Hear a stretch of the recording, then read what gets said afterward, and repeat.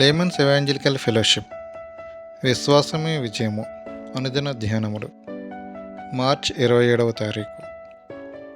యూదా మోసపు ముద్దు. ఉదయమైనప్పుడు ప్రధాన యాజకులను ప్రజల పెద్దలు అందరూ యేసును చంపవలనని ఆయనకు విరోధముగా ఆలోచన చేసి మత్తయి సువార్త 27వ అధ్యాయము 1వ వచనము. రక్షణ కొరకు మరే స్థలము లేదు, ఒకే ఒక్క స్థలము కలదు. యేసు ప్రభువు సిలువలో వ్రేలాడుచున్నాడు. ఆయన నీ స్వభావము తరపున అవి ఎలా శిక్షించబడాలో అలా శిక్షించబడుచున్నాడు. మన స్థానాన్ని యేసు తీసుకున్నాడు. గోల్గతా చుట్టూ ఉన్న పరిసరాలు కూడా మన స్వభావంలోనికి అంశాలుగా ఉంటాయి.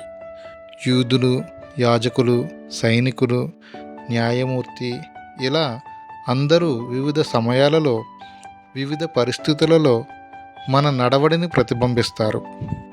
మన పనులను మనము సమర్థించుకుంటాము.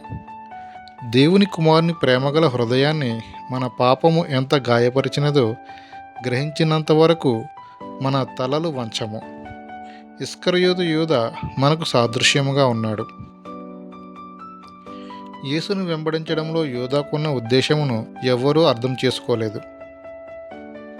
తాను ఒక ఖజానాదారుడుగాను అధిపతిగాను ఉండునట్లుగా యేసు జయించువానిగా లేడు అనున్నది నిర్ధారణ అయిన వరకు తనలో రహస్యమైన ఉద్దేశాలను దాచిపెట్టినాడు.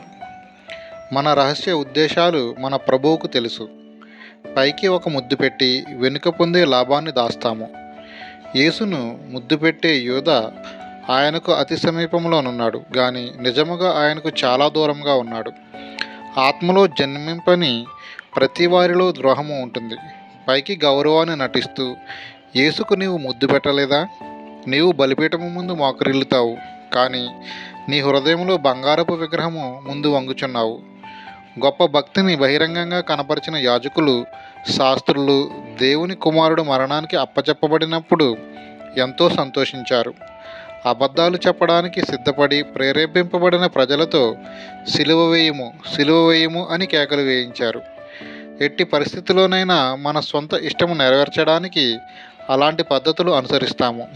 ఇతరులపై చాడీలు చెప్పి వారిని మంచి పేరును పాడు చేయుటకు సిద్ధపడతాము.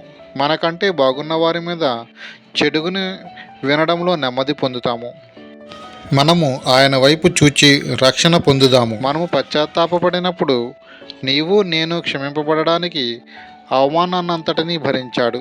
పశ్చాత్తాపమునకు, క్షమాపణకు మరి ఏ ఇతర స్థలమూ లేదు. ఎన్ దానియేలు గారు.